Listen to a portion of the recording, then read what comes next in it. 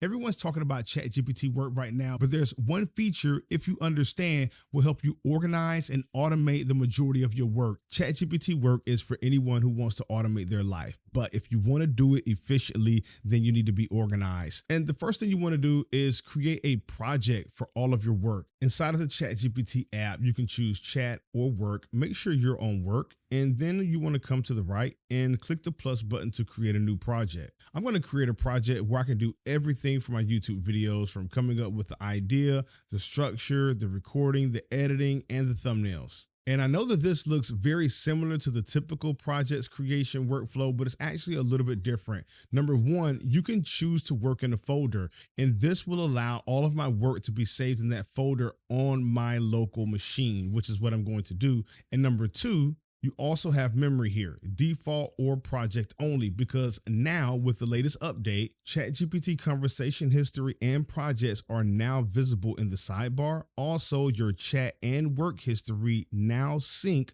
across web, mobile, and desktop. Local tasks still stay on your computer. Number two, you can now easily switch between chat and work modes inside of ChatGPT on desktop, which is now also consistent with how it shows on web and mobile. Now, whenever I'm ready to flesh out an idea for a video, I can come to this thread and use my YouTube Made Simple plugin. Or I can use my YouTube Audience Intelligence Kit to analyze my audience metrics. Or I can run my viral thumbnail generator right here in this thread with ChatGPT Image 2 and create a thumbnail for my video. And whenever I'm looking for a YouTube video or something about YouTube, it's all in that one place. So I can't overemphasize how important it is for you to start using projects. This is the easiest way to make certain that everything you're doing stays organized. And if you do need to swap models, then all you do is work inside of a folder. If I open another AI provider with a desktop app, then all I have to do is create another project, give it the same folder, and I don't miss a beat at all. There are a lot of things that you can automate with ChatGPT, and they have a lot of public plugins that do this work for you. I use Calendly a lot to automate my scheduling for my calendar and my booking. I use the Descript app to edit my videos for me. There's a presentation plugin that will create beautiful presentations for you. There's even a Canva plugin that can help you create just about anything that you can imagine. But my favorite plugins are not the ones that they provide. They're the ones that I actually think of myself, because these fit my personal needs as a content creator, a business owner, in my everyday life. And this is probably one of my favorite ones. It's an older version of the GPT skill builder, but essentially I can take any content that I find on the planet. I don't care whether it's a PDF, an SOP, a YouTube video transcript, it doesn't matter. I can take it, drop it in the chat, and then walk away. And what I come back to is either a skill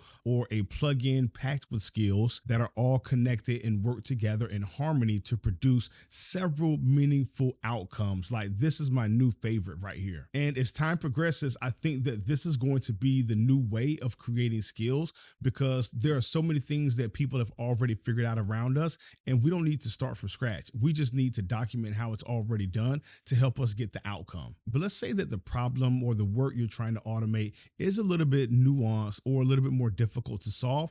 Then that's where Agent Builder Pro comes in, and it starts off with a completely different head. And as you can see, there are several skills inside of this plugin, but the very first one is Problem Decomposer Max. It's a high intensity problem decomposition engine. It runs a 10-facet scan, a rival frames, adversarial disproof, binding constraint tournament, propagation mapping, recursive subproblem extraction. It looks at the problems and then the problems beneath those problems, and exhaustion tests. And it produces a max facet map used when shallow framing would poison downstream design. I personally believe that the largest problem with most of the skills that people give away on the market is that they're worth nothing because they don't solve problems. And when you start off with the problem and you break the problem down into its smallest units of measurement, and you have all of the different steps and sub-steps and everything laid out, you can get a clear view on what the solution actually should be. And sometimes what you're going to discover is that,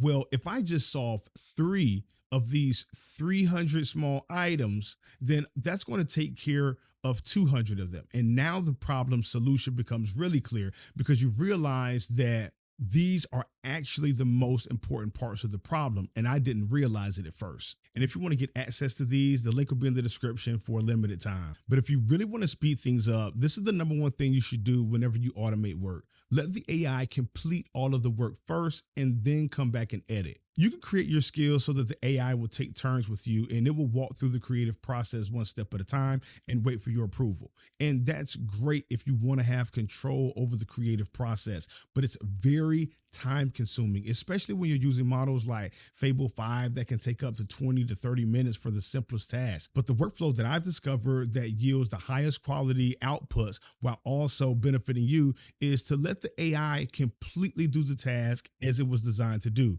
And then you simply come back and look over it and make one pass of edits. And what I like to do is take my voice memo app on my phone, press record, and then I'll look over the work on my screen and I'll just talk about the different problems I see. I'll go to my Mac because it's synced, of course, open the voice memos app, copy the transcript, paste it into the conversation, and I'm done with that work. The second thing you want to do is take advantage of this incredible feature that OpenAI has given to us because they have the best offer on the market right now. When I use ChatGPT work, if I click on my name here and then I click on usage, you can see that I have 26% left for the week. And here's what most people still don't know yet. That usage only applies to work. If I switch over to chat, I'm on a completely separate meter and I can send somewhere around 3,000 messages a week, not just to the instant model. I can send it to 5.6 Soul and I can place it on high. And for those of you who know, if I choose 5.6 Soul on high, inside of the work harness, it's going to burn through your usage very fast. But inside of chat, I can use that model and I can also ask it to write me code. I can ask it to design a sales page. I can ask it to create a thumbnail. And the same projects that I create in work, I can create inside of regular ChatGPT. By duplicating the project inside ChatGPT work and in regular chat, if I run out of credits, I can easily switch over to the regular ChatGPT, bring my work over. It's going to know what we're doing. It's going to have access to the same skills because I can upload skills inside of ChatGPT web. I can upload them to ChatGPT work on the desktop. They both have the same capabilities and I don't have to stop working. Or even better yet, you can do the grunt work, the ideas, the back and forth, the chitter chatting inside of regular ChatGPT. And the only time you come over to ChatGPT work is when you want it to do something. My name is Corey McClain, and I help entrepreneurs and solopreneurs like you grow their business with AI. If you got value out of this video, make sure you hit the like button, subscribe to the channel. The link to the GPT builder will be in the description. And as always, take care, have a great day, and I'll see you in the next video.